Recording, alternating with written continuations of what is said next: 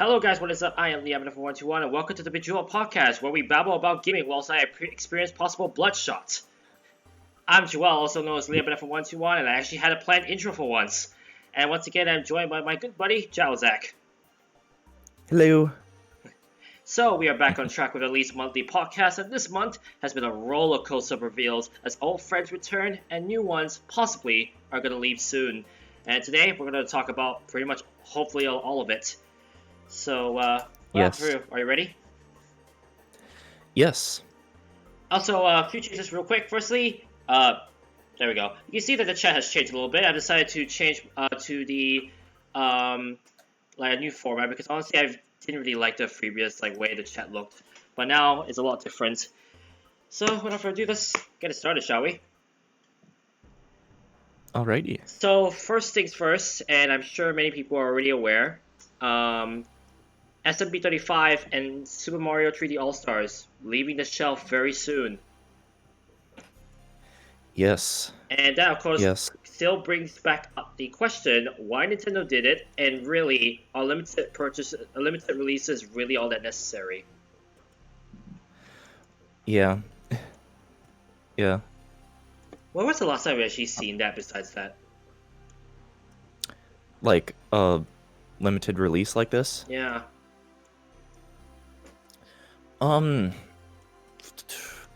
I know at least they did something like this with the Kirby collection on Wii. I don't remember if there's been any retail product that since then that was limited time for a series anniversary.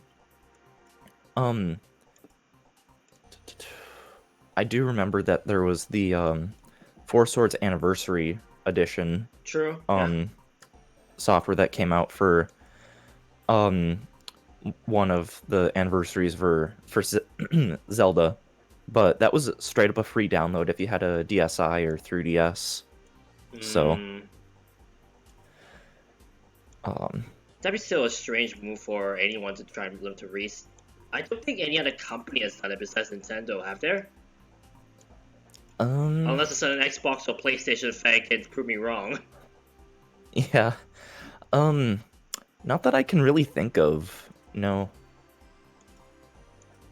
Already come to mind. Yeah. But still, nonetheless, it's still kind of sad that knowing those games, which were well sold for, honestly, like the concepts behind them, are leaving the shelf so soon. Unless Nintendo throws a curveball at the end of the month and saying that, wait a second, there's more.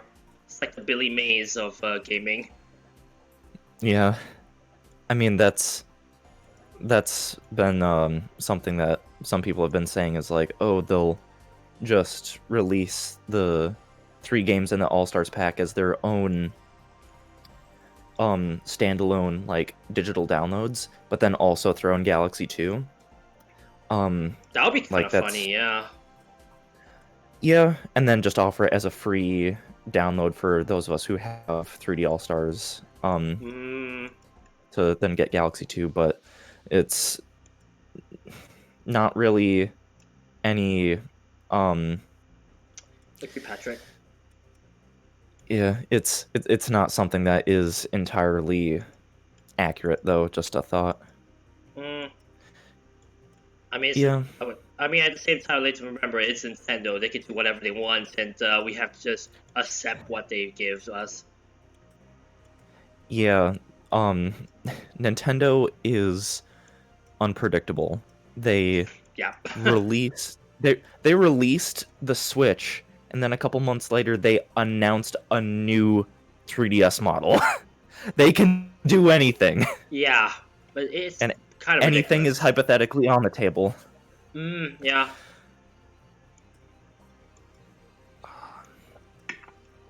It could just be like all of a sudden, hey, Splatoon 4 out of nowhere.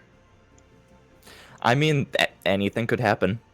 They can play God, yes. Yeah, I hate to agree with that, but honestly, that's kind of the truth. Yeah. They can mess around with our emotions, basically. Mm-hmm. Oh, not just 3D All Stars and Mario 35, but that at that same time you will no longer be able to upload levels in the first Mario Maker. That functionality will straight up be gone. Wait, the first Mario Maker? Yes, you'll still be able to look up courses and um, stuff like that. You just will no longer be able to upload courses in the first Mario Maker. Oh, I see where you're going with that. Okay. Mm-hmm. That's for the Wii U, right?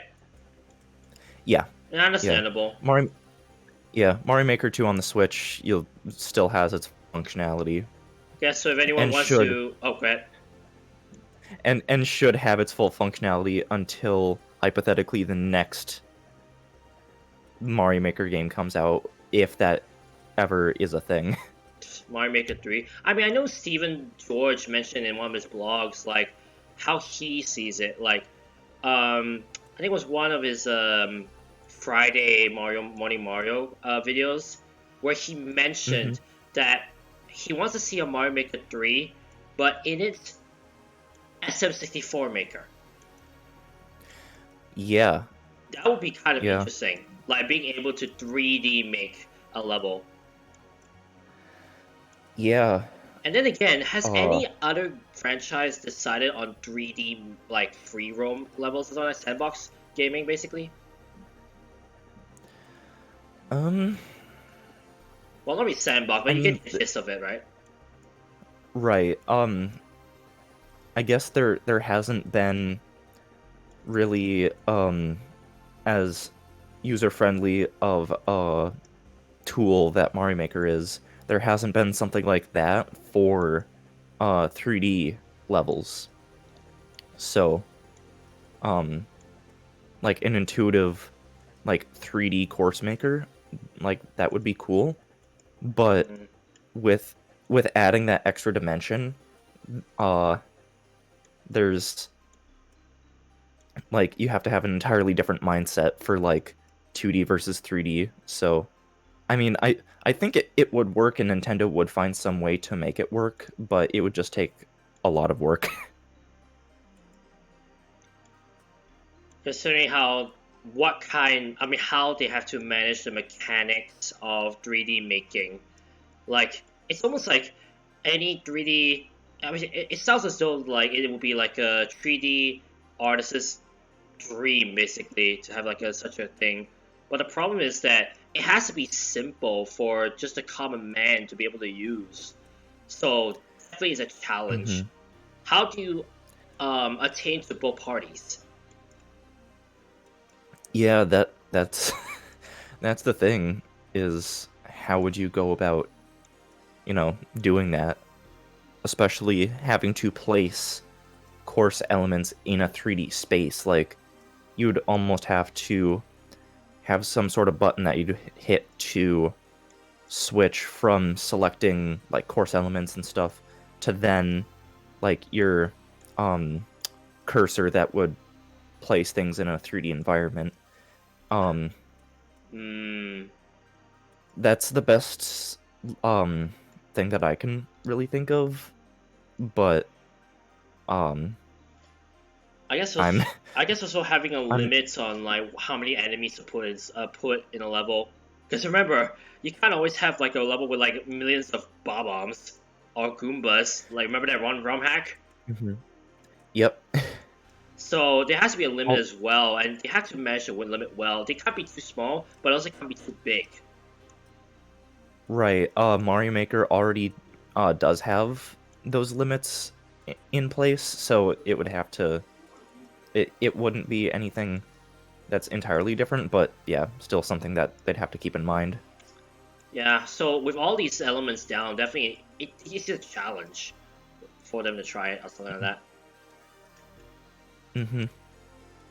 But back to the matter at hand, it's definitely strange for companies to even think of limited releases, but at the same time, why would you even want to do a limited release at this point? Unless it's a demo, unless it's like a test subject, basically, like what Project Triangle Strategy did, basically.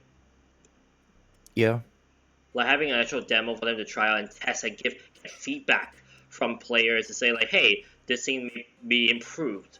Because otherwise, I don't see a purpose anymore, and it really should not be a thing at this day and age. Right, right. It's not that great for, game preservation, but I mean, these are re-releases of older games, so I mean, they're still well preserved, but these I don't know. It's still not great.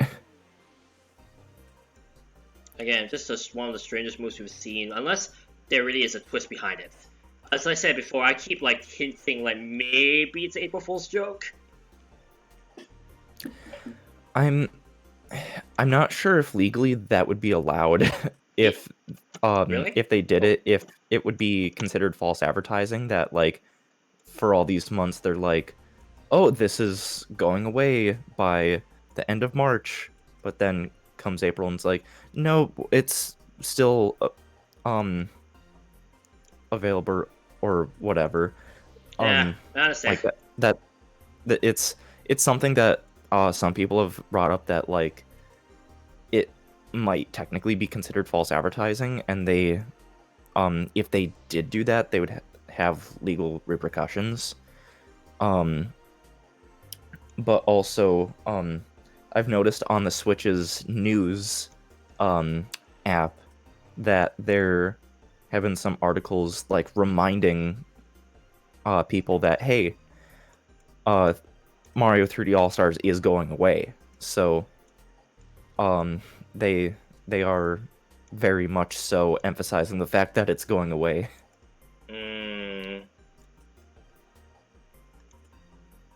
So Nintendo does whatever does, and they feel as though they're right in many ways. But who knows? Maybe they have something undercover that we have no clue of. That's pretty much the only hope we can cling on to for that, honestly. Yeah. But still, definitely not nice. And I just hope that maybe, I mean, I don't know, maybe they have something up their sleeves, and it is sleeves, and otherwise, I guess it's just gonna be goodbye to the SMB 3 All Stars, which definitely has sold quite well considering. I'm just glad that they finally decided to like say that, hey, let's have the newer generation play the older generation of games. To think though that the older generation includes the Wii. Ugh, how old have we become? Yeah, and it is nice that the original Mario All Stars is staying on Switch Online. It's not a limited time thing that is just permanently on the service. So wait, what?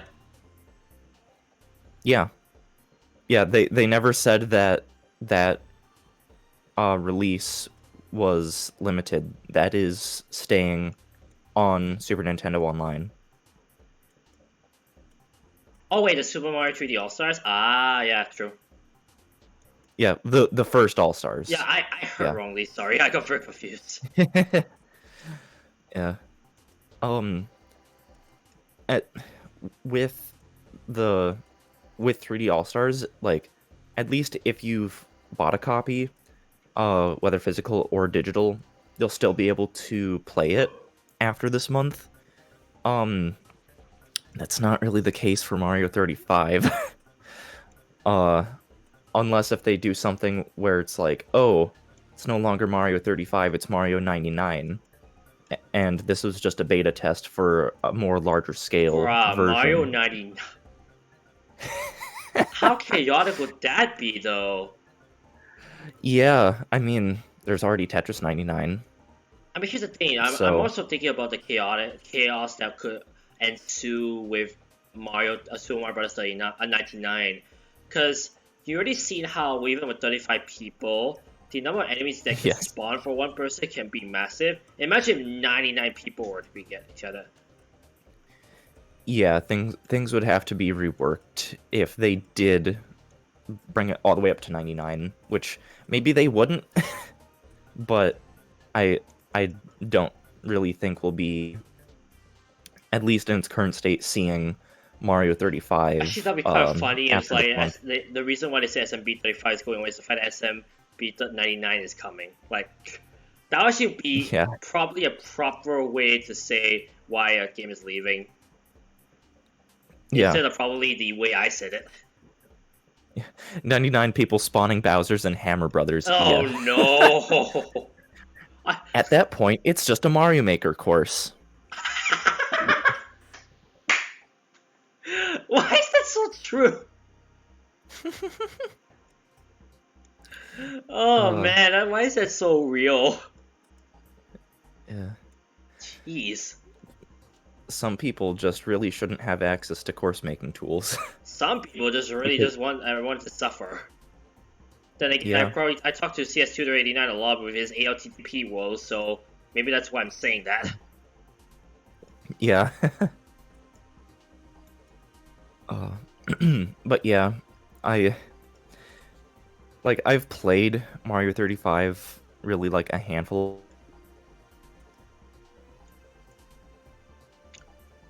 Oh no, here we go again. This is one of those things that I feel like I've mentioned before that I don't want to invest my time into something that's just going to go away, and that there's at least from what we can see, there's nothing that other than playing the game that will be seeing from any progress that we've made in the game. Yeah. That's not nice. But again, we haven't seen all the whole story, so maybe the whole story isn't as dire as it seems. Hopefully, at least.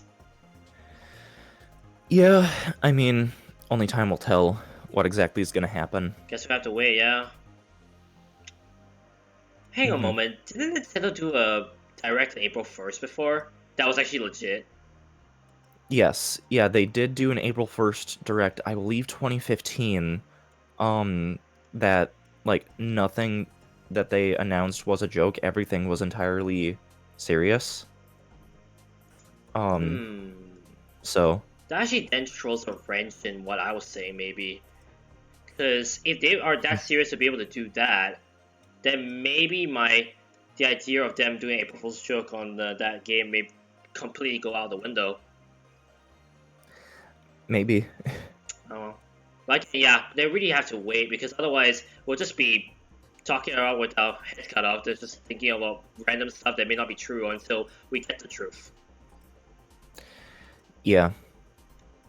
We'll see. Yeah. Hopefully, the outcome will definitely please more than what's that other word I'm thinking of? Please more than displease, I guess. Yeah. For lack of a better word. Anyway, so that's pretty much all I talk about limited releases. Just hoping that companies, either A, companies will lessen that, or B, they will never do that at all. Yeah. Yeah. It's weird. Both of them should still be available after this month, but they're not, so... Yeah. Bummer. Yeah. Alright, on to your topic, I guess. Jazek, I'll let you go first. Okay. I guess before we really dive into my topic, before we went live, I found a tweet, and I can, at the very least, I'll message it to you. I don't know if you allow links in your chat, but I'll, at the very least, DM it to you. It says, Sony, the pandemic has been tough, so we wanted to make things better for our players with hashtag play at home. Microsoft, Game Pass is getting even bigger with new titles coming soon, including the critically acclaimed Nier Automata. Nintendo, we will execute Mario on March 31st at 11:59 p.m. I just found it so amusing. Hang on, let me show it to you guys who will want to see. Hang on a moment. There you go. This is the one they were talking about. Let me just. Yes. Oh. Yeah, this is the one they were apparently he was talking about. Sorry, the pandemic have been so tough. So we wanted to make things better for players at home. Microsoft GP is getting even better with new tasks. Oh, okay. So it's basically just poking fun on how Nintendo is like anti on all this. Yeah, that there's so much of this like contrast of what each company is doing. That one was like, oh, that was just yesterday. Wow, Yeah. crazy. All right, so topic ahead. All right. So it's fitting that um well, fitting? I don't know. Um with today being the 20th of March, it marks the 1-year anniversary of Animal Crossing New Horizons. Oh, and the first birthday of Stephen George. A what? And the 22nd birthday of Stephen George. I just forgot. Oh. Probably That's should right. happy Yeah. birthday to him. Hang on. Yeah, we'll do it. Go ahead and talk about what you want to say. Yeah. So it's hard to believe that it's been a full year since that game came out. Uh I remember when it came out, I had um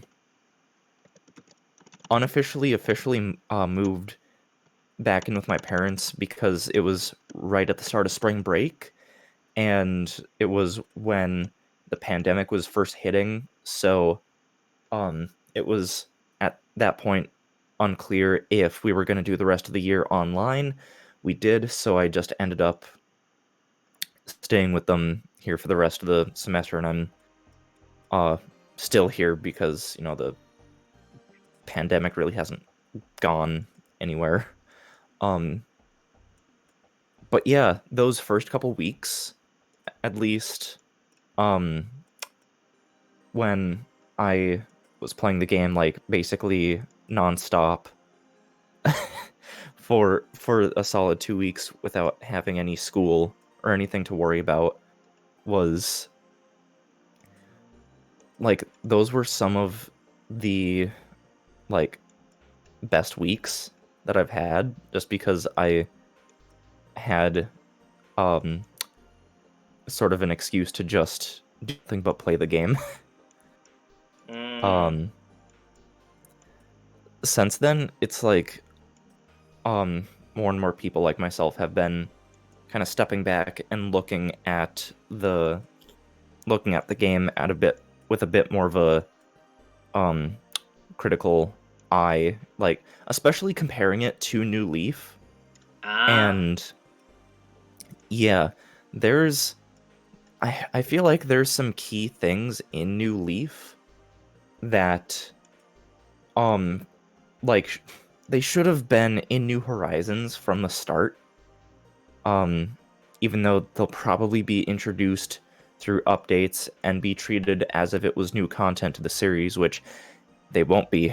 um for one thing, um in basically every Animal Crossing game up until New Horizons, there were multiple upgrades to the Nook shop that you can get.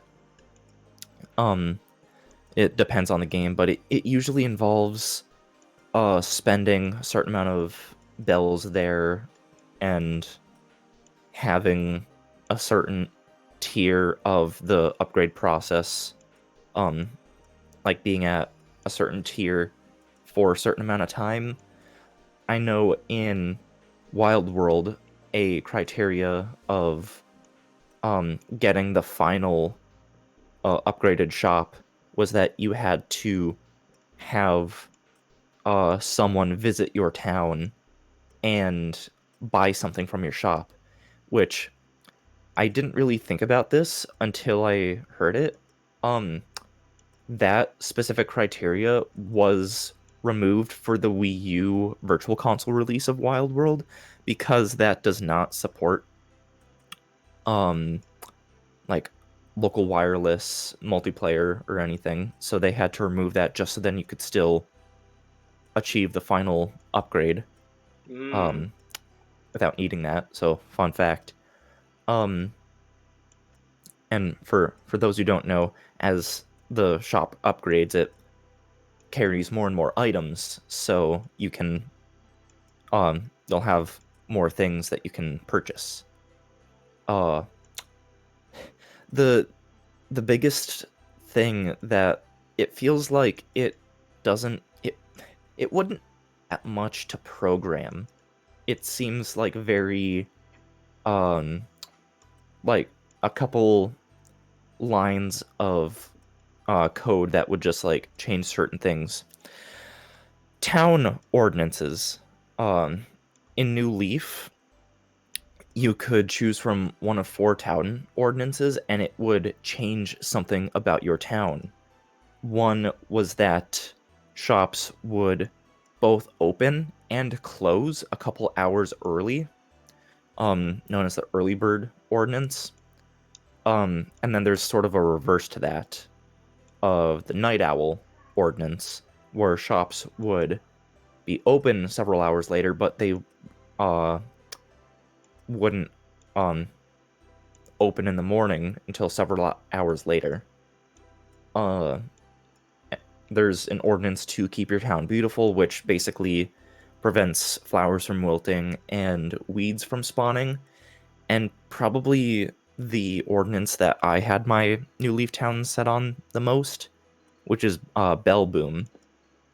Basically, everything costs more, but you get more money when you sell things. So, yeah, I feel like town ordinances should have been a feature from the start in New Horizons, because it's just such a good feature from this previous game that they just did not put in, at least for this first year of the game being out. And I don't know why. Like, these things, like these 2 that I just mentioned, feel like pretty they should be standard fare at this point for this Animal Crossing series. But they're not in the newest game. But do you want to know what my most requested New Leaf feature to come to New Horizons is? What is it? It is the minigame island that you can play when you have people over. Basically, you can go to this tropical island that basically has a rotating selection of minigames that, depending on how well you do, you earn a completely separate type of currency that is only usable on the island to purchase exclusive items. So, not only like having this sort of fun distraction, but it gives more value to having people visit your island instead of just being like, hey, here's my town again. And that's it.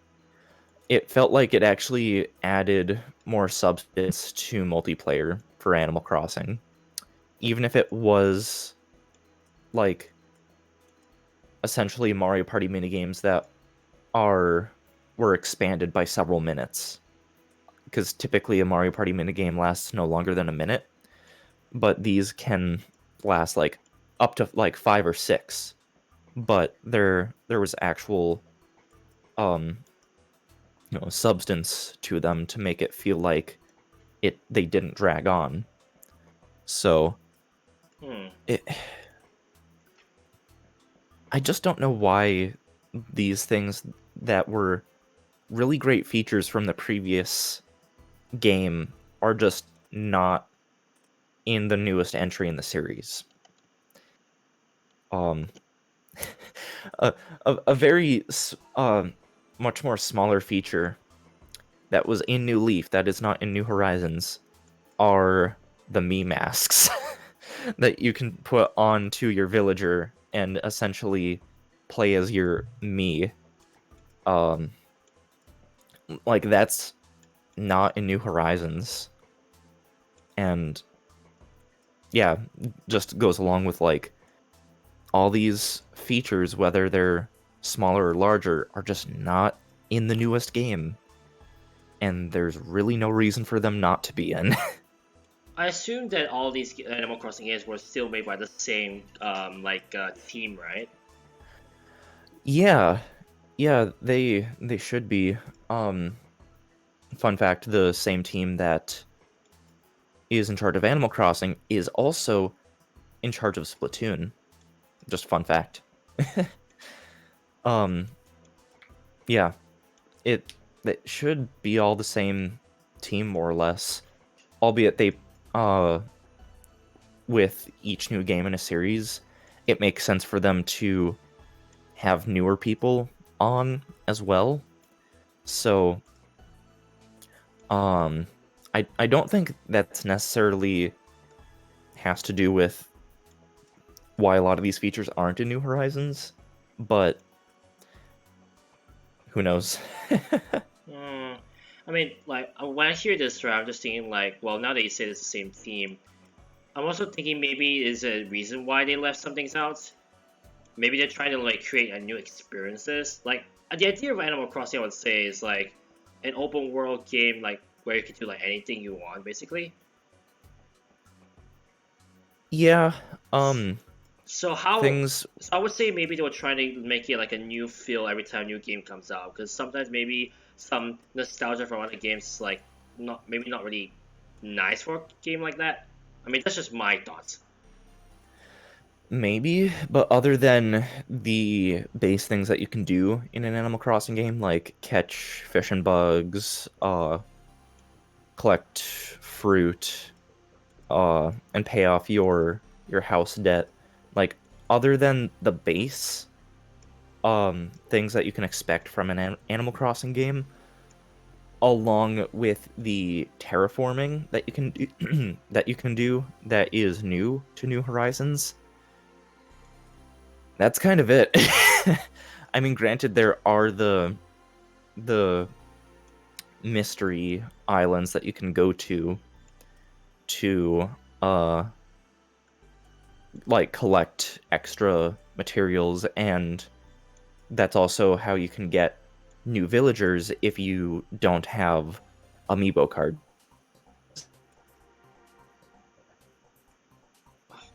Really? Functionality that, especially base game, all the way from the first game to New Leaf, features like some of them that I just mentioned, but also the cafe. The cafe has been in every Animal Crossing game except for New Horizons, and just why? I don't know. I enjoy New Horizons for kind of what it is at this point, but it's hard for me to play it and not think back to all the time that I spent Yeah, I in wish New Leaf. that some features that you've seen in the past that you liked were in that game. Yeah, that were base features in, like, basically every previous game that are not in New Horizons. It's weird. But at least some features. Oh my. They were introduced in updates, and it felt like they were treated as, like, these major new features when, no, they were in the previous game. But anyways. Sorry for those watching. I don't know why I have been having so many issues all of a sudden today. Like, my issues, I mean, like, internet issues. Like, I think the stream got cut off 3 times. Oh. Anyways, nah, that's kind of weird, like, definitely, but even though I'm just looking through, like, the names, like, Wild World, New Leaf, New Horizons, there's not even a single hint as to why, in the name as to why they did certain things. I was thinking maybe, like, New Horizons, New new twist or something like that. But even then, you look at New Leaf and you wonder why. Yeah, well, the reason for New Leaf is that it was the first game that you, um, it was the first game that you were not playing just as a villager, but rather you were the mayor, so you got to make a lot of extra decisions as to, Oh wait, you were the mayor in New Leaf? Yes. Oh. Yes, that is why that game is called New Leaf. Excuse me, my bad. Just me right from looking up. And City Folk on the Wii was because like all the special shops and characters and stuff were basically just put all into one hub called the city. So City Folk. Wild World, I have no idea why it was called Wild World. It was the version for the DS. It was basically just a more or less polished version of Animal Crossing population growing on GameCube. And City Folk was basically Wild World, but with the city part. And like that was basically it.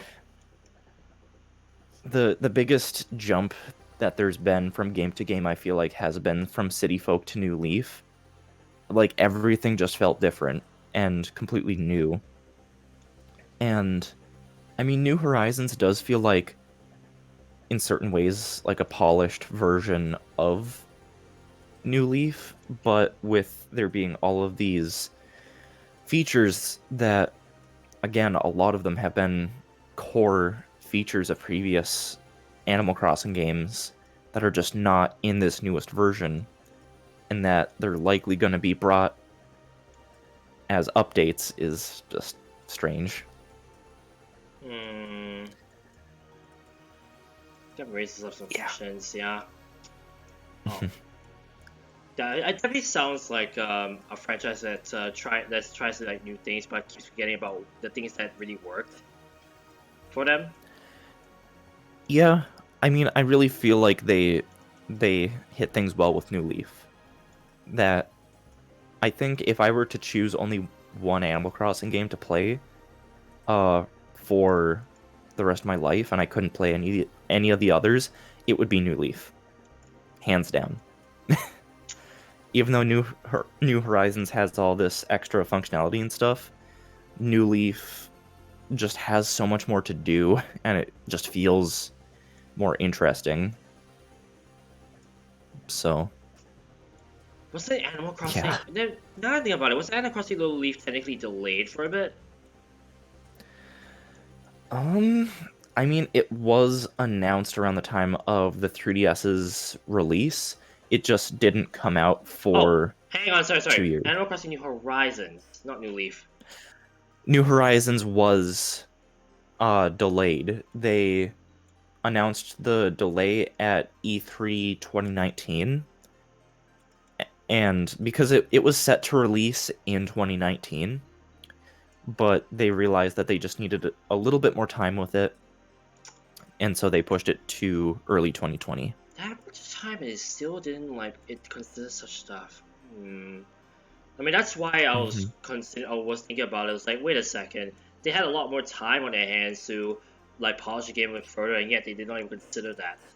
That's right. Kind of bad if you think about it. Yeah. Yeah. And if, for those who are familiar with the Welcome Amiibo update that New Leaf got, first of all, that was an update that added a lot to a game that already had a lot, like 3 years after it came out. Like, that was, like, first of all, that was insane, but there were some features that were introduced to New Leaf through that update that I feel like were them testing the waters with some things for New Horizons, like the town initiatives were basically the precursor to the Nook Miles. Yeah. Like things you can do to earn Nook Miles, whereas with the town initiatives, when you completed them, you earned you earned meow coupons, which you used at the cat machine Oh to, yeah, that was a silly pun they made. yeah, yeah. And there were just like with the town initiatives, you had 4 in total. 2 of them rotated from week to week that were a bit more substantial, that got rotated out at the start of each week, and then 2 that I believe were daily. So, Sounds about right, actually. I still have a vivid recollections from that game through, well, Sugar Conroy, so definitely a few of those things stick out quite vividly. Yep. Yeah. If now that I'm thinking about this, a feature that hasn't been in really any Animal Crossing game that I think people would just universally like love is that with New Horizons you have your like favorites wheel for tools that you can quick select tools. I don't think people would complain if when you put a tool on that wheel that it would no longer take up space in your inventory. That it would almost serve as like an extension of your inventory instead of I just a see it. quick access. I see it. Yeah.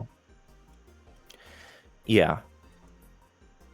Although, like, little things like that, and one thing that people have been screaming for is bulk crafting. I feel like, okay,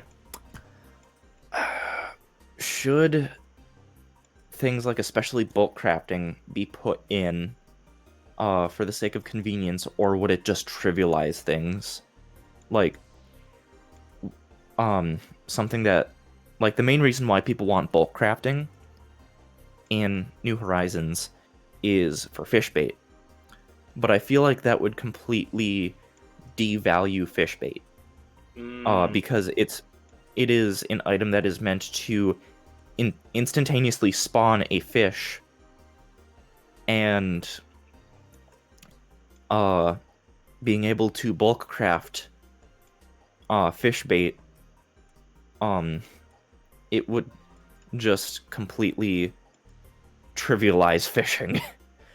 I feel like having to spend the time crafting all that bait does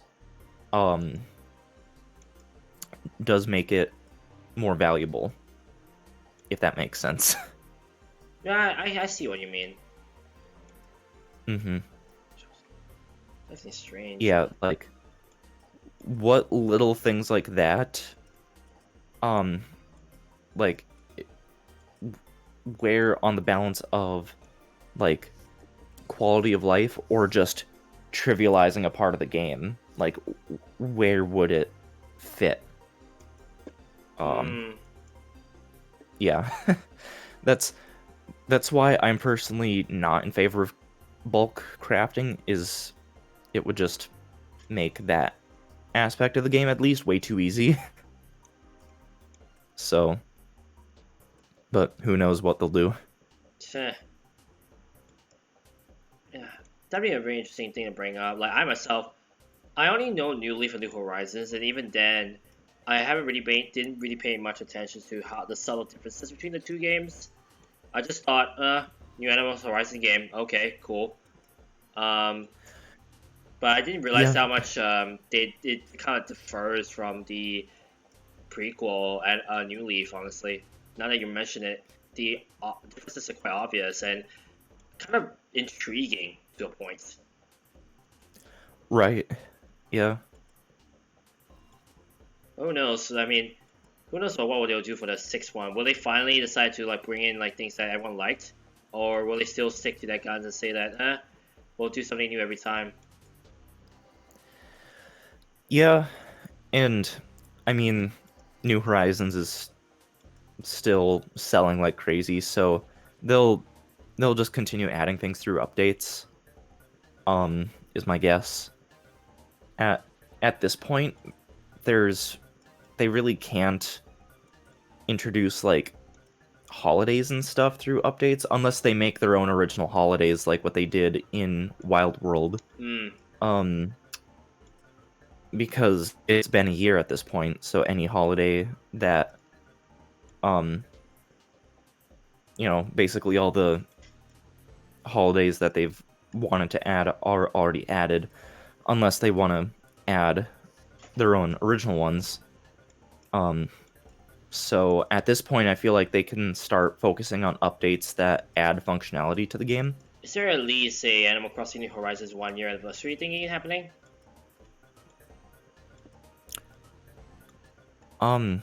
Sorry, could you say that again? Is there at least still Animal Crossing New Horizons 1-year birthday event coming?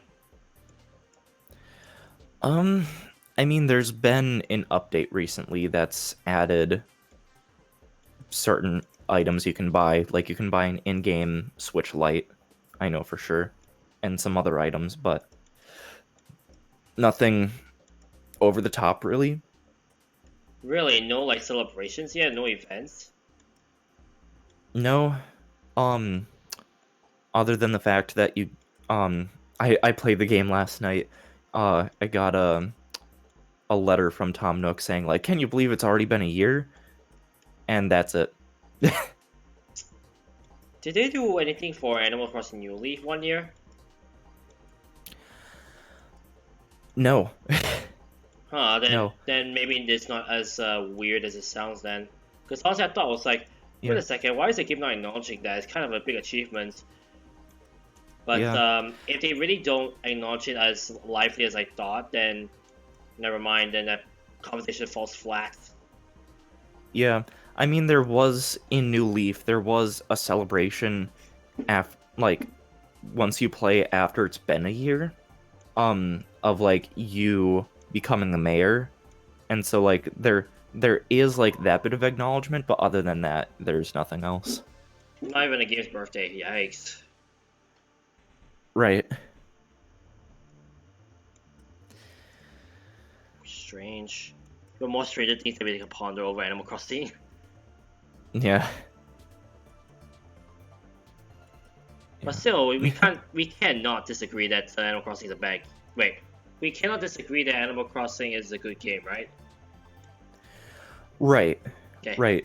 I had to be very careful what I was about to say. Yeah. For as much as I criticize New Horizons for kind of overall feeling empty because of all these little features and stuff from previous games not being in New Horizons, I still enjoy the game. I often still criticize games that I very much enjoy.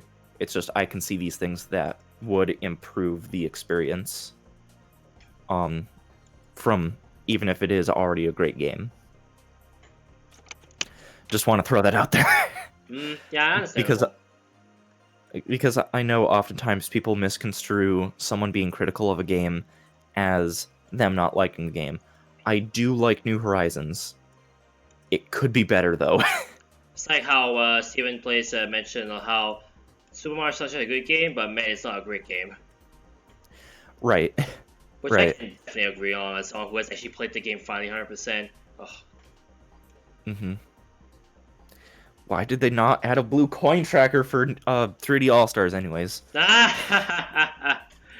Well, the world may never know. Yeah, there's just no good way to know what blue coins you already had or not in that game, and it is likely a factor of the game potentially being rushed back in the day. Yeah. But oh, and for those watching, even when I was trying to use track for blue coins in Super Mario Sunshine for myself, right? There's one thing I can tell you: try not to reference Sugar Conway that much. His playthrough's not actually accurate, unfortunately. Yeah, yeah. At first I thought about using his playthrough as a guide, but I remembered that there there were some inconsistencies back in the day of like the information that he presented back then. So I just used regular walkthrough websites. Oh no, at the same time, if I'm not mistaken, I think SMS in SM3D is a little bit different as to where some of the blue coins are. If I'm not mistaken. It did shift some of them, I think. I did use a guide that used screenshots from the original Sunshine, and other than the fact that the game is widescreen, there are no other changes. Really? I mean, it seemed like Yes. it, but I guess not. Unless if I am mistaken, but they're the games in 3D All-Stars are presented more or less as they were back in the day, with slight graphical improvements for 64 and Sunshine, and Galaxy looking absolutely beautiful. Oh no, Galaxy Well, looks incredible in HD. yeah, not to say that Sunshine doesn't look amazing, as well. Um, it does, because that game also. Actually, I don't know if it runs in 720p or 1080p. I forget. But I wouldn't be surprised if it was 1080p docked specifically. In handheld mode, they all run in 720p. So I could check on my yeah. Switch, if it's 720 or 1080p, Oh, you could, yeah. I don't know. Let me just, probably I'll get my Switch and do something. You just talk about it a bit more. Okay. I guess if we're back on the topic of 3D All-Stars, why did they not make 64 widescreen? Like, you had the opportunity to, and so many, well, in this day and age of emulators, it's very easy to run 64 in widescreen. So why did they not do that for 3D All-Stars? It just seems like a no-brainer move to do that, but maybe because of the way that the game handles rendering stuff, and with draw distance and all that, maybe it would have been way more involved than they wanted to do. But yeah, who knows?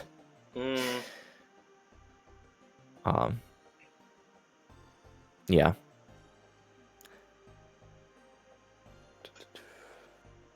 Also, like, apart from why is 64 not in widescreen, like, would it have been difficult to get 64 and Sunshine running at 60 frames per second in the 3D All-Stars pack? For Sunshine? For 64 and Sunshine, yeah. I mean, it could, but I feel like it would, like, kind of remove the nostalgic feel, and honestly, I feel those games run a little bit better and nicer in 30 FPS compared to 60 FPS.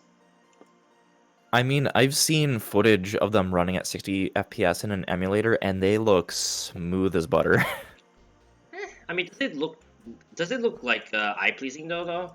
Or like natural? Yeah. Yeah. I'm a beholder, I guess, but because honestly, I could just think of it in 60 FPS, but then again, it doesn't really look that great. 64 definitely doesn't look that nice. Sunshine, questionable, but it's one of those things where I honestly have to disagree with that. Yeah.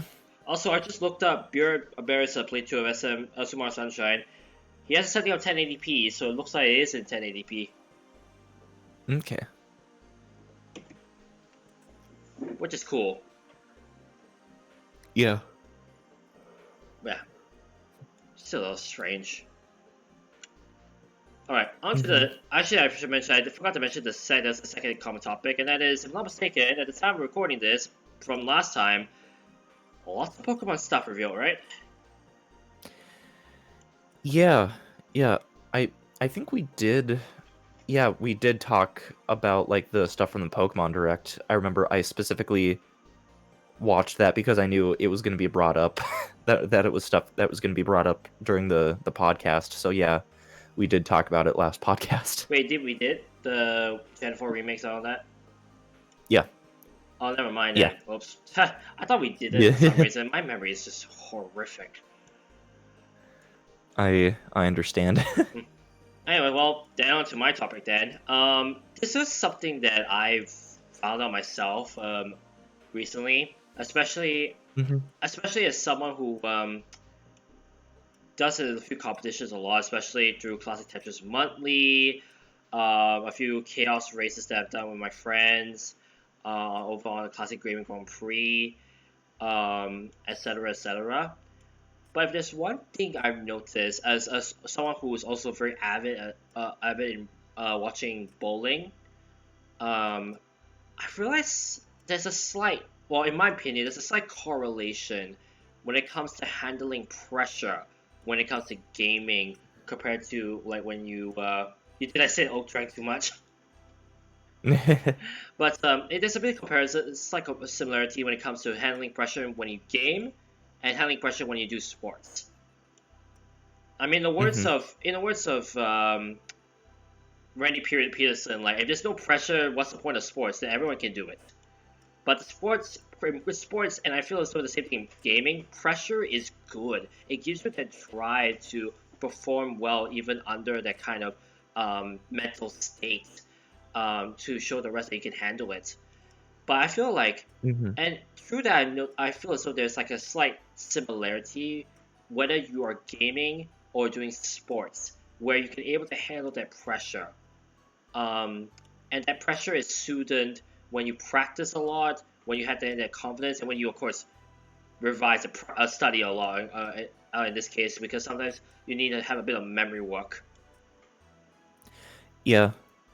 Which is why I wanted to bring it up, because as someone who is about to host like a Super Metroid Zelda 3 competition, by the way, it's a bit of a slight plug. It's definitely something that I thought to myself, like maybe it's that kind of drive and also that kind of pressure that you need to handle well so that you can achieve greatness, similar to how you handle pressure in sports so that you can do well. Like you can ask any of the greats, Jason Belmonte, Tiger Woods, Lewis Hamilton, LeBron James, and how they're able to handle pressure. I feel as though that kind of advice they give you will probably be about the same as how you will handle pressure in gaming. A big ask, but honestly, I feel like that they're the same. Yeah. Any comments on that? Yeah. Let's see. Yeah, I mean, that's how, like, back in the day when I really started to sit down and like tell myself that I wanted to get good at Mario Kart. that is something that I had to work with, is like that pressure and having to like think clearly under that pressure. And now it just seems like second nature to me. But yeah, I guess that second nature, that's state is pretty much what I'm leading to. Also, Patrick really brought up a good point. Pressure really is a double-edged sword. Like, it's good, but also can be bad. Right. Yeah. Yeah, like when I first got Mario Kart DS, I played with some family members, and the family members that I was playing with had basically been playing Mario Kart more or less throughout their entire life, and like this was really my first time having like my own copy of Mario Kart to play. Did I mention it was Mario Kart DS? I feel like I did. No, you did. Okay. This was Christmas 2009 that I got it. And I mean, Mario Kart DS has its the snaking exploit. So like if you get good at doing that, you can basically eviscerate everyone else. When Mario Kart 7 came around and like not as many people that I knew were playing it, I had a good like shot of just playing the game for myself, kind of learning it and just being aware of things, and especially playing online where everyone is just always consistently good is yeah. Anyways. Same thing, I guess, happened with when I got Smash 3DS, is that, like, I pushed and became decent at it, at least. I, somewhat recently, around the time of Sephiroth's release in Ultimate, I finally completed Classic Mode on 9.9, which, it took me 2 years to do that on Smash 3DS, and it took me just a little over 2 years to do it in Smash Ultimate, so yeah. Anyways, I feel like I'm going on a slight tangent. Oh no, it's fine. I mean, this is what pretty much what we're trying to do. Well, yeah. Well, at least you got it back, Patrick. I'll just like I just wanted to see your stories on this because, like, for me, I think for those who have seen me stream a lot, especially when it comes to competition, you know how it is like for me to try and handle pressure. Like, especially as a Tetris player who has had so many like moments to be able to max out, I will tell you right now that feel of stress and pressure really sets in when you look at the score and you realize that you're that close and you actually have that potential to max out. Like, I can say this right now, when I was playing, every time I had that was that close, chills come through my body, and honestly I feel nervous and I feel as though I might mess up one point. I don't want to mess up because one mess up might either A, make me lose a lot of lines and basically put me out of max out potential, or B, worst case scenario, I top out and completely waste it.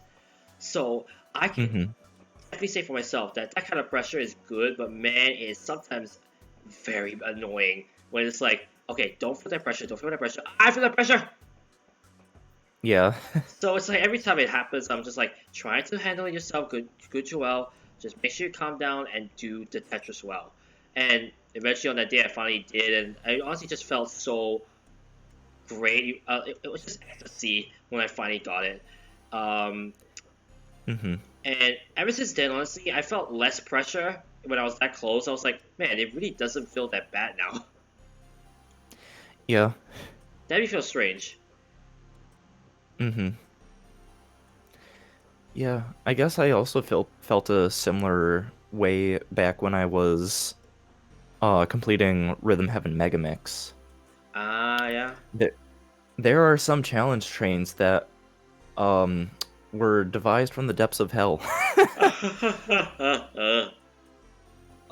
In particular, like the last thing that I had to do in order to 100% that game was the challenge train Lockstep Lockdown. Which, first of all, the Japanese name for it translates to Lockstep Hell. I'm not joking. Yikes. Basically the Lockstep rhythm game involves you going from pressing the A button on the upbeat of every note to then the downbeat of every note and then back to the upbeat. And like you have audio cues and stuff that guide you through that. But with the Lockstep Lockdown challenge train, you play the game 4 times in a row. Each time it gets faster, and each time you can only mess up. You cannot mess up 3 times. It gives you 3 lives, and every time you mess up an input, you lose 1. Oof. So, I vividly remember being on the the final stage of that challenge, and it was like the last 20 seconds I had just one life left, and once the music started to fade away, even when it's doing that, you still have to be tapping the button until you just don't hear anything. And when that happened, I was just like, I couldn't even process the fact that I actually did it. It's almost like it almost sounds like you're making a trick shot. Yeah. Like, it's like you're just like your body goes so numb after doing so many tries. When you finally get it, it's like, oh wait, I did it. Right. It's really just like it really does sound like that, right? Yeah, it's like when you do it, it just doesn't really hit you until like a couple minutes later, and it's like, wait, I did it? What? Yeah, it sounds about right. I think another experience I can definitely share. Oh, go ahead. I just have to go use the bathroom quick. Oh, then it's okay. I can probably say about it. For me, my story is like it's kind of interesting when it comes to speed running. I think you guys have seen me speed run a lot of Super Metroid, Link to the Past, SMC3. I can definitely say that even with that, I still feel quite a bit of pressure, even especially when it comes to like moments where I can hit a personal best, because it's like there's no room to mess up. You probably have a slim chance of being able to pull it off before you can say that you are like a sub 3 person in SMC3, a sub 100 minutes a person in ALTTP rando, all that kind of stuff. It definitely brings up some sort of adrenaline in your body. It's like, wait, okay, I'm so close. Make sure to focus. And for me, I can tell you I experience that almost every time, and it's kind of one of those things that you really enjoy. Like, that's why I like that adrenaline, which is why epinephrine is part of my username. Just being a speed runner, but also the adrenaline rush you get from being so close to a personal best. It's okay. I will say this very loosely. It's what I live for, but it's one of those things that I just enjoy. But it definitely fuels me. It fuels the desire for me to get better and better and better every time. Like just today, I was with CS Tutor after he finished his seeds, ALTTP seeds. He was mostly saying I was mostly trying my best to try and not mess up some new techniques I was trying out. I'm still you can still consider me an ALTTP player like in training, speedrunner in training, because I still don't know all the tricks. But one of these days, I really want to say that I can know all the tricks and I can pull off even the hardest things ever, basically. So that's why, for me, the story of me having that adrenaline, having that pressure really goes back to a long way to when I started speedrunning, even off screen. Like, I speedrun a lot, like SMB, SMB2, SMB2 Japan, SMB3, Sonic Advance 3, just a lot of stuff. So, yeah, that's pretty much like how my story goes back from having this kind of pressure, and that's why, topic-wise, I want to talk about it. It's like, I know, I think in the same words of Randy Peterson, technique is really what will save you from the nerves. Like, having that technique, knowing that you're doing the same thing over again, knowing what you're doing is always giving you the results that you want. That's how you can minimize that pressure. And I feel like that's a good way to encourage someone to be able to handle that kind of pressure. Yeah. When I was in the bathroom, I remembered kind of no, the bathroom. Yeah. I remembered that about the super secret, super difficult extra boss of Splatoon 2 Octo expansion, and how it took me literal months to beat that boss. Oh, yikes. Yeah, but once I did, it's like, funnily enough, that's when my interest in the game sort of died. And then it got back up when Splatoon 3 was made up.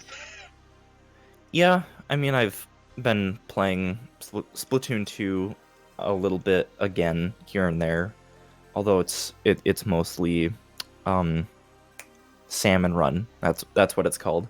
Mm.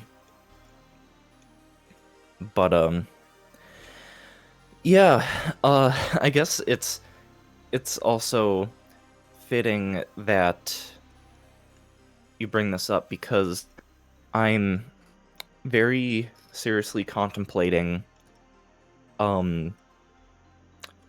getting, well, I already have Brain Age Express Math on my 3DS. I'm heavily considering getting Brain Age Express Arts and Letters as well. Because they have this like secret challenge mode that was never advertised that you only get if you get a Brain Age of 20. And some of the challenges from what I've seen are just they're like okay. I think your brain just then was about to swear. It was like, wait a second, think of a better word. Yeah, so to put it one way, the final challenge in maths, in the math version of Express. Wasn't it, what was it, 40 and 30 or something like that? The what, sorry? The maths, the final one, I think I heard you said like 60 problems in 45 seconds. No. See, it's 100 math problems in 1 minute. You have to nearly do 2 problems a second. I hate to say this, but that sounds like something I can do. Yeah, and it's not something that you can entirely cheese either because it will show you completely randomized math questions, even though it is basic addition, subtraction, multiplication. Is it multiple choice? You have to write the answer. Oh, then that could be a problem. Yeah, you're not only having to deal with solving the problem, but also the handwriting recognition. Oh no, yeah, I know you. Is. I know you have had some problems in the past. I've seen from Twitter. I challenge you to do math in 30 seconds. But yeah, I've seen your woes. Yeah, but also when I heard that was a challenge in Brain Age Express Math, I checked every single copy of Brain Age that I have that has the calculations times 100 exercise. My fastest time, and actually, I wrote this down. Let me pull up the notepad document. My fastest time that I have is on the Switch version of 1:46. I have to have major improvements to even make it close to a minute. It would be something that like the challenge mode in general is just something that I would have to train months for. I kind of want someone to give me that game online just to be able to try. Because it sounds interesting, honestly, that final task. It is only $8 on the 3DS eShop. Really? If you really want to get it. Oh. Yeah, Brain Age Express Math is the title of it. I might consider. Basically think of it is just all of the math and number based exercises from the first 2 Brain Age games just in one. Arts and Letters is similar concept but with more letter and word and like picture based exercises. So yeah, and in order to unlock challenge mode you have to achieve a Brain Age of 20 that is not on the day that you create your save file. You can only do a Brain Age check once a day, and achieving Brain Age of 20 on the first day that you create your save file, it will not unlock challenge mode, as far as I know. So, yeah, if you really want to dive into that, something to keep in mind. I mean, as if I'll consider, but that definitely sounds interesting. Yeah, and now that I'm thinking about it, the person that has documented all of Brain Age Express Math's challenge mode stages, their channel on YouTube is Sub Perfect is their name. And yeah, they've shown every single challenge mode stage for math, and they've started the challenge mode for arts and letters. And they still haven't finished it? No. Oh boy. No. Yeah. And actually, now that I'm looking at bless some his of body, man. Yeah. Something tells me that he's gonna have a very bad time. Like Megalovania. Mm-hmm. And now that I'm looking at some of this footage of the other challenge stages, some of them are made, or well, some of them are the hard difficulty of some exercises, like the one for triangle math. It's really hard to explain triangle math if you don't have the visual for it. But basically, is it like what was that triangle thing? It's like the top is equal to the bottom two numbers, like the multiplication of the bottom two numbers. I'll just send you the link to the to it, so then you can at least see what triangle math is. But basically, it's the hard version of it, and like this is the final challenge before the calculations times 100. And even this just looks like in the time that it forces you to do it under, it just seems like, well, actually, now that I'm thinking about it, you could cheese it with pen and paper. Now that I'm thinking about it, you could cheese it with pen and paper. But because part of it is like you having to essentially do math problems while keeping the answers to other problems in your head.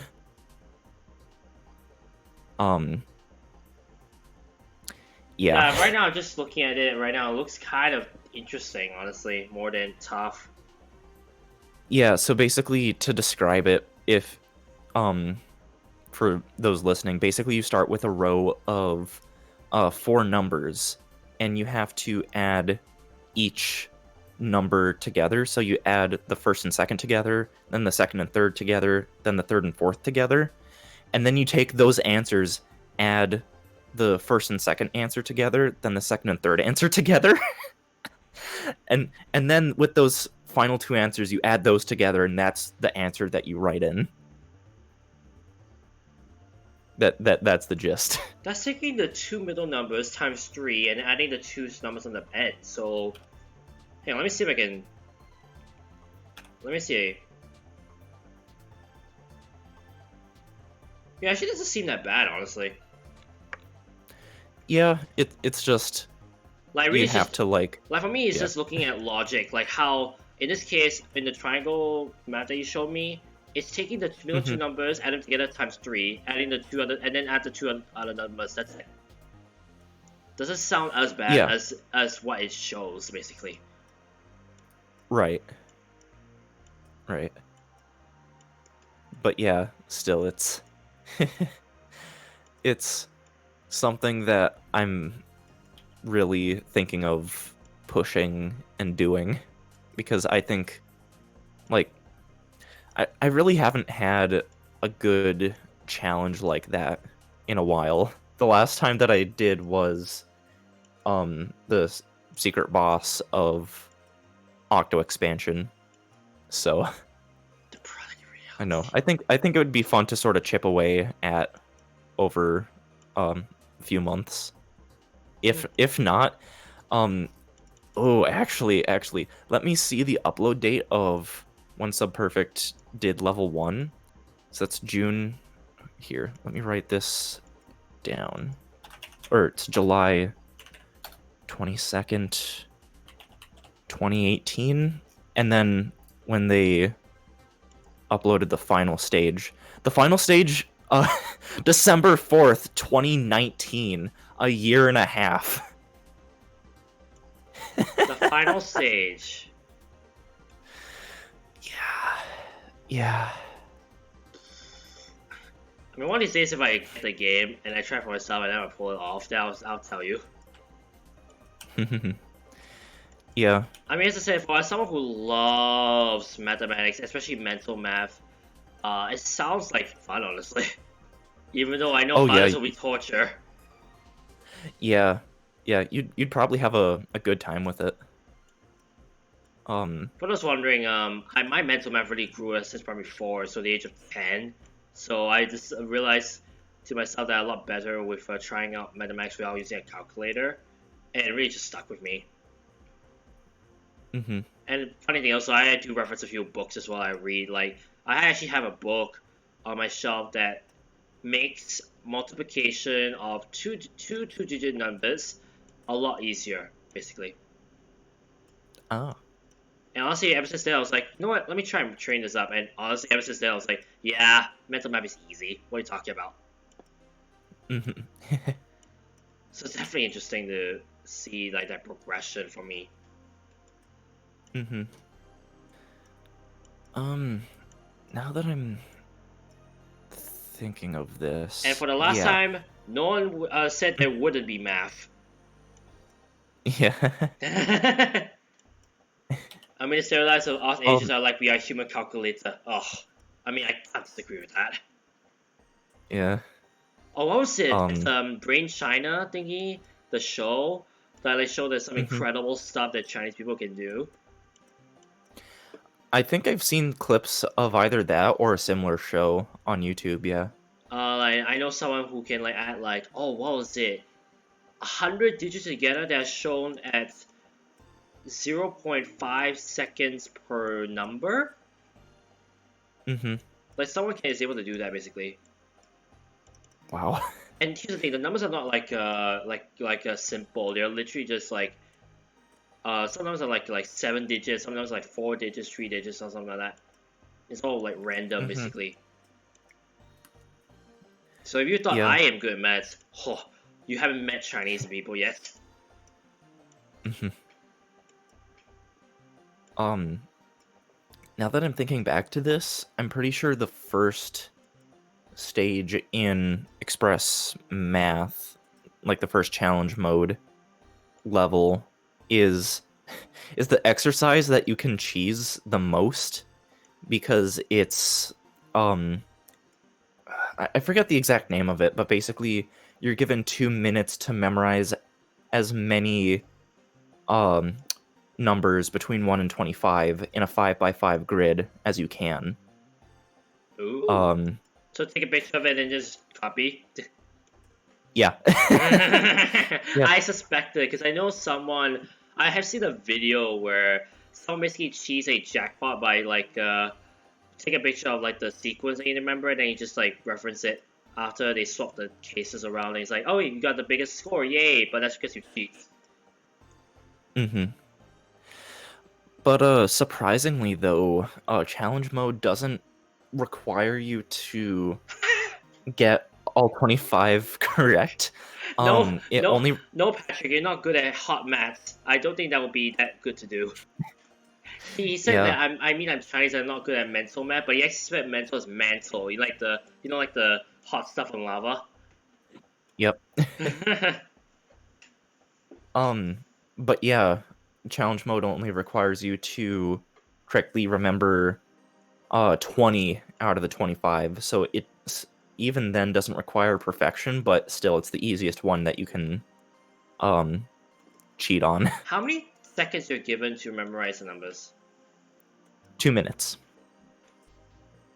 That much 2 minutes, and then you're given 2 minutes to recall as many of them as you can. Basically, you're given the blank grid, and you choose location, write the number that you think was there. Oh, and what happens if you take wrongly? Because remember, I think it depends. Oh, good. I think it depends on what brain age game you're playing. I think with Express Math, I'm pretty sure it locks you out of that location if you write the wrong answer. But the game, I think it was Brain Age 2 that it was in prior. I think if you wrote the wrong answer, it would still let you write something else. Actually, where is it? Not there. And again, I think this is in Brain Age 2. Let me actually load up the game and test this. So. But yeah, I have a DSi XL here, which the DSi XLs came preloaded with both of the main Express games. Still, just having it on my main 3DS would just make things a little easier. I wouldn't have to bring two systems with me if I'm going somewhere.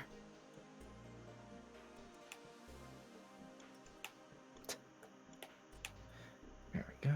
Okay. Dr. Kawashima is wanting me to do the acrostics. I just wrote no for them. Sometimes with the first two Brain Age games, Dr. Kawashima will be like, okay, here's a warm-up exercise thing. And normally I would play along and do them, but today it's just like, nope, I want to find out this answer. I'm pretty sure it's only in Brain Age Check, which normally gives you exercises selected randomly, but if you hold down Select and choose Brain Age Check, it lets you select any one from the list. And yep, number memory is right here. That is what it's called. Okay. So, testing to see if writing a number in the wrong location still lets you enter numbers. Okay, so Brain Age 2 does lock you out of a location if you write a number in the wrong area. So, let's see here. I don't know if my current camera settings will pick this up, but yeah, it will show the actual. Sorry, this is it'll be hard to see. It'll be hard to see. There we go. Oh, yeah. Okay. So yeah, it shows what the actual correct answer is, but just in red. Well, at least we now know. But, yeah, although that was only for Brain Age 2. Let me actually check this for Express. As well. But we can keep talking as I go and check this. Yeah. Yeah, I think it's still kind of interesting though. I mean, now that you mentioned about Brain Age Map, I'll be honest. Only time I seen that game was through like Proton John. It really was just a hilarious moment when a bit emote alert basically was perfect timing, basically. Yeah. Let's see. I don't think you can do. No. In Brain Age 2, or not 2, in Brain Age Express, you cannot hold down Select and do that to select what exercises you do. So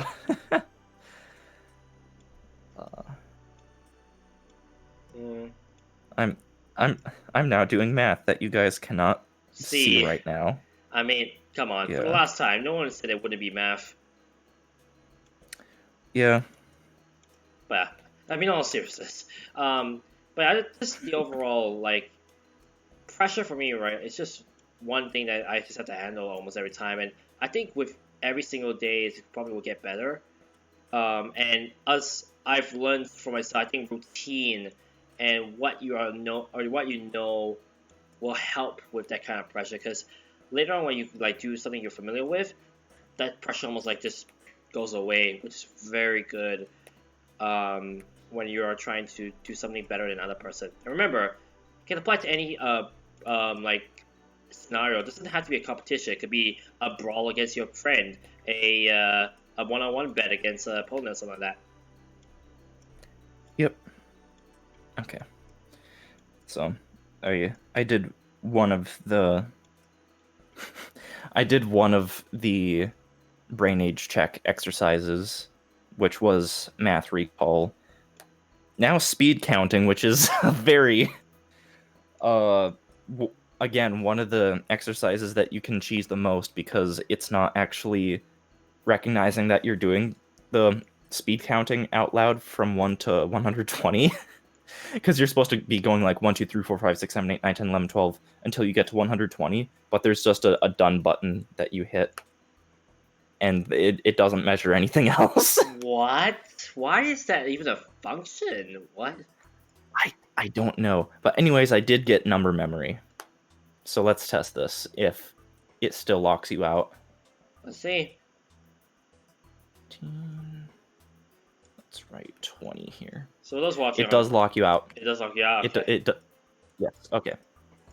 But yeah, so for those watching, like I would say, like if you can handle pressure and you can like stick to routines that you know, I feel like pressure is almost a thing that's part of your life, and you don't really need to worry too much about it. Mm-hmm. Of course, it takes some time. Like no one's perfect. Like even the greatest can dare say that pressure sometimes gets to them and it makes them falter. So do you know that no one is perfect and everyone is just gonna face pressure? It's just how you handle it that really defines how well you're able to do against not only by yourself, but also against an opponent. Yeah. I think for me, I want to say like ever since I finally got used to Silverless in battling Ganon in A Link to the Past, I remember that one time I did a Chaos race, and honestly, even though it was a blind Chaos race where we didn't know each other's timings and all that stuff, or where we were in the position, I didn't really feel as much pressure doing like Silverless with just Master Sword, which by the way is the toughest way to defeat Ganon besides without a sword, basically. Okay. Gotcha. So that's why I would say overall, like if you can handle pressure, you can do anything. Yeah. So it's kind of interesting we diverted to something else. Yeah. The beauty of a podcast, ladies and gentlemen. From what I've heard, the challenge mode stages in arts and letters are almost worse than math. So although I can't say for certain because I have no idea what they are, because I've never unlocked challenge mode in arts and letters. Or seen them, I assume? But I've only seen the first stage because Subperfect started the challenge mode in arts and letters, so I've only seen that first one. But like the first one or two challenges, if like we're looking at math, like they're not exactly that difficult. So it just gets worse. So we'll see when the day comes that I eventually get there. I'll be able to say for certain or not if they're just as asinine as the ones from math. Oh boy. Oh boy.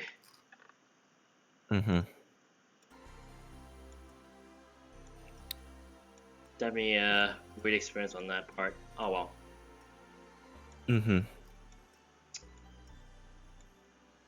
Yep. And again, it's like I don't know. It's funny, I'm just thinking about it even further, like pressure, like that could just apply to anything in life now. All of a sudden, what I just Mm-hmm. said, Yeah. even at work. Mm-hmm. I know you have some experience on that, right? Yeah, from one of my previous jobs, it was um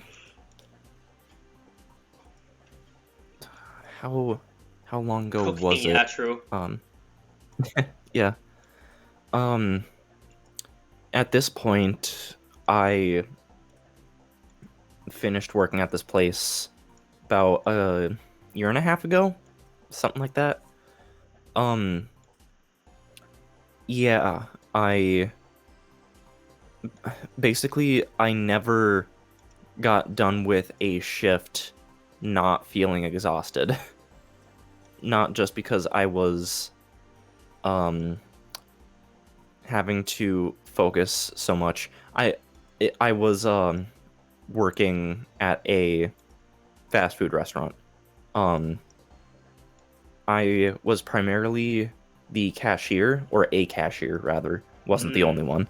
Um That'd be quite bad. yeah. Um but yeah, I would have to, focus on taking orders and stuff from customers. Ah, But that's why you own Brain Age Math. Okay. yeah, um, well, I mean, I've had Brain Age Express Math since the day after I got my 3DS. That's why I mostly was joking when I said that. Yeah. I know that's not the Um, reason why you bought Brain Age, because that would be kind of funny. yeah. It's just a series that I've always been interested in. Um, but yeah, I would have to focus on what the customers are saying and like what they're wanting, and then I mean, if someone is paying with cash and you know give change back, the register did tell me like how much to give back in change, so it was just a matter of like giving them the correct um notes and coins. So Mm. but then with some of the other positions that I eventually got trained into, those required a lot more focus. um to the point where, yeah, I it was hard for me to really do anything else the last summer that I was working there, because I was just so brain dead by the time that I was done with a shift that I just um couldn't really focus on doing much else. Brain Age lowered to Uh 5. yeah. Well, brain age um raised up to 80, because the lower the brain age you have, the better. Um Ah. yeah. Yeah. Um Is there a way to lower it so low that it doesn't make sense? no, it only goes down to 20. I was hoping like Brain Age of 5. Huh? Yeah. You have the brain of a you have the brain of a child. Oh, that'd be quite funny though, honestly, if they did that. But I bet what to say Mhm. about fast food restaurants. Yeah, just I felt exhausted after the end of every shift, more or less. And so that's why I've particularly appreciated the jobs that I've had since, which have consistently been working in libraries. Because I worked on the campus library for the college that I'm still going to. I'm just doing college online. Um, and so I did that for from the start of last year to kind of the start of the pandemic, and then around summertime last year, That's when I got my current library job. I'm a maintenance assistant, and Ooh. yeah, it's a very low stress job. I very much enjoy it. um, but during the summer, during last summer, when I was working that and getting um trained in and stuff, I was also doing a more full-time position at doing laundry for local hotel here, which combination of a full-time job plus part-time was very tiring. It Mm, seems like these pa- like these past several summers for me have been nothing but stress, and I just want to relax for this uh, upcoming summer. I understand you, yeah. Because I mean, it's not like I've been um working extra during the summer to um support myself as if I'm like living on my own. I'm currently still moved back in with my parents because we just mutually agreed that yeah, this is better for like saving money and all that. So, yeah, You I know, it's like think I'll be I know you don't. I'll I know you drive, right? So you had to also consider like the time you take to just drive back from work. yeah, yeah. Um So many of those factors also come in. Sometimes when you get so tired, you fear also when you drive, you lose focus. Yeah, I think the tiredness would really hit me once I got back home. So driving wasn't necessarily an issue, but yeah.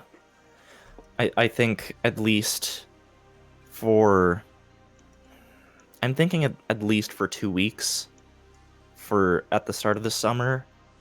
Um just not doing anything. Mm, Especially because I'm graduating this don't spring. feel like kicking up my bones. Leave a message at the tone.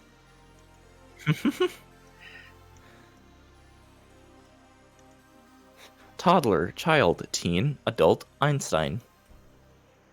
Yes. Indeed.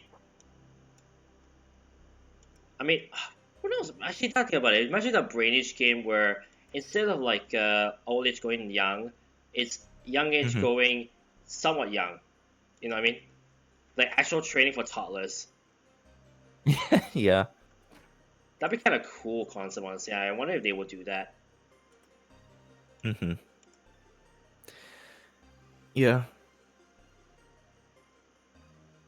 That'd be a real interesting concept if they did that. Also, at least attend to every age group, not necessarily the oldies. Hmm. Yeah. Yeah.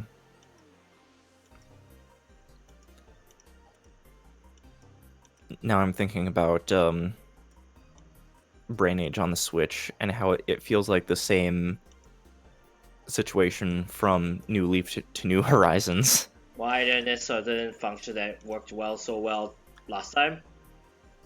Yeah, so the last Brain Age game before the one on the Switch was Concentration Training on 3DS.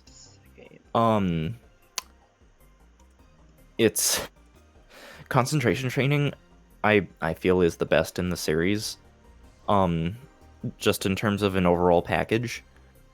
Um, and also just how unique it felt and was. And then Brain Age on the Switch, which is basically the old DS games. Uh, so they try to go back to what it worked last time, but then honestly, it's not really the greatest thing to happen. Yeah, it just feels like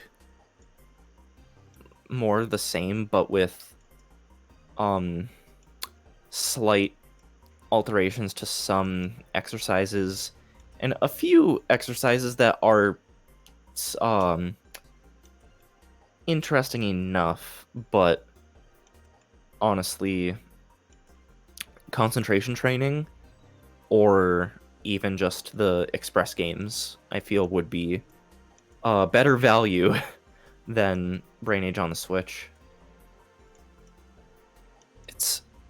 It's also weird that Brain Age on the Switch has yet to receive an official release here in the States. Although it's nice that with the Switch being with it not being region locked, you can just make well, what I did is I made a UK account, bought eShop card on Play Asia, that would basically convert my money into, or my US dollars into British pounds, and I bought it that way. Honestly, what I could have done is I just imported a physical copy, and I wouldn't have had to have made a alternate account, but it's, excuse me, I mean, it's whatever. Yeah, I mean, you did what it takes just to get a game. You should be proud of yourself. Yeah. It's like, I don't care how I got it, I just got it. Yeah. Still feels strange, yeah. Who knows? Who knows what we'll see in the future, though? Yeah. I mean, there's potential reasoning as to why it hasn't gotten a official US release. It might actually have to do with a lawsuit related to pieces of software like Brain Age, and how it's very questionable as to if they actually improve your brain function or not. So if it does get an official US release, it might have to be rebranded to something else. So it's not. So it's no longer. Oh, what was it? It's no longer called Brain Age. It's like. Well, it would no longer be allowed to be advertised as something that would improve your brain function. Oh, I see. Okay, I see where that's going now. Never mind. Yeah, it would have to be more so advertised as an entertainment product. Although I don't necessarily know for certain if that's entirely accurate information.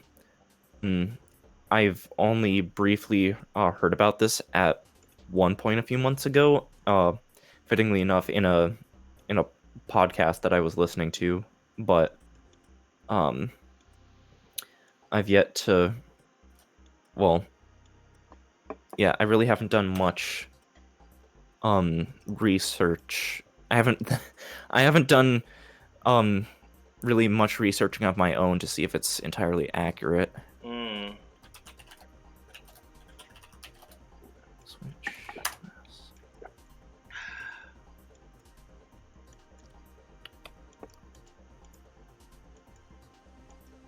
But yeah.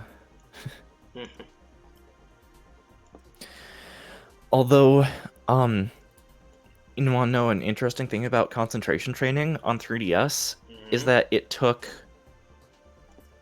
4 years for it to get an official European release. What? For some reason. The game came out after the Switch came out.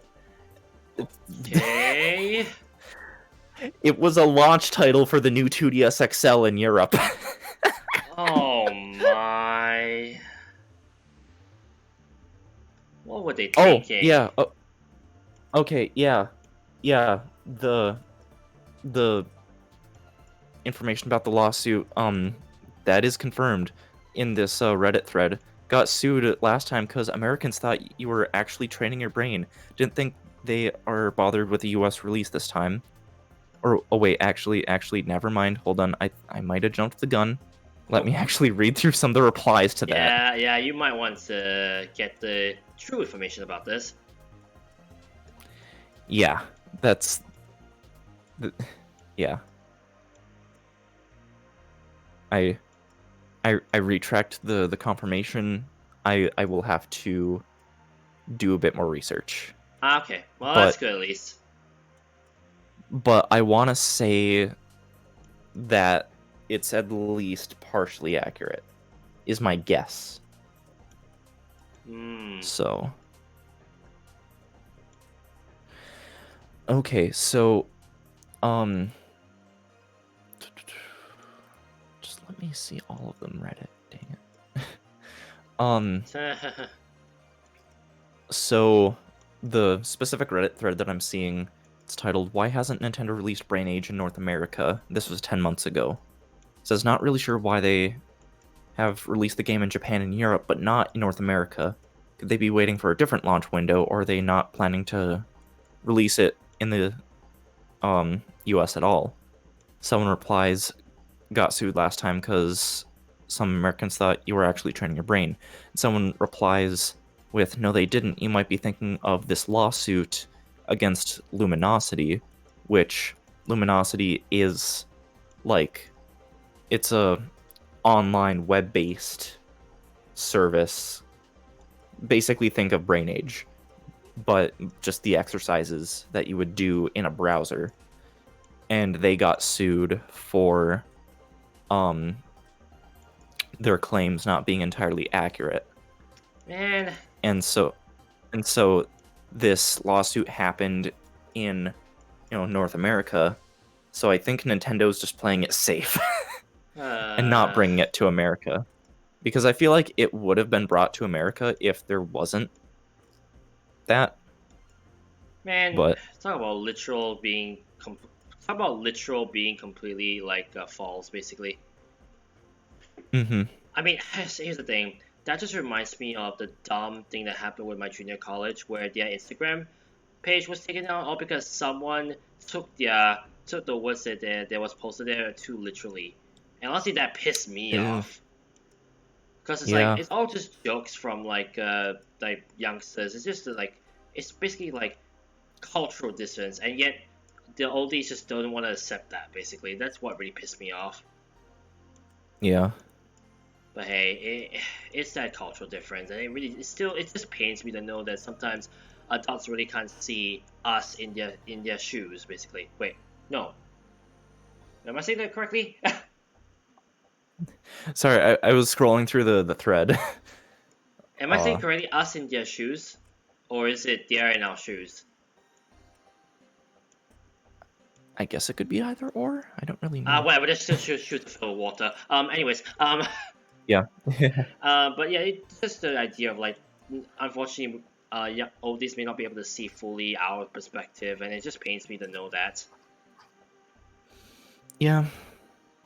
I know it's. Yeah. I know for us we will become oldies soon, but it's just the idea that sometimes cultural difference between young and old really sucks, in my opinion. Yeah. But I would say that's a topic for another day. And speaking of another day, I think we're going to end off the podcast here. Sounds good. Because I think we talked quite a bit already about this. What was it? We talked about Animal Crossing differences, which is quite interesting. We talked about, of course, the problem of limited releases, and of course, we talked about how pressure in gaming really can be related to pressure in other stuff, like sports especially. Yep. Definitely been a good day. Also, I gained 6 levels, and I think looking at the score, I just noticed the score. I think I might hit 10 million points next time. Nice. Which, by the way, we consider every match is usually 100. Oh boy, that means I played a lot of it. Anyways, with that, thank you so much for watching this podcast. If you enjoyed this kind of content, make sure to hit that like button, subscribe for more content, and ring that bell to get notified of any VOD upload I made. Also, make sure to follow Gyrozek. His channel will pretty much be around this screen right now. Anyways, thank you guys so much for watching. And remember, the adrenaline rush is real. This is Lee Evan for 121 sorting out. I'll catch you guys on the next podcast. Peace.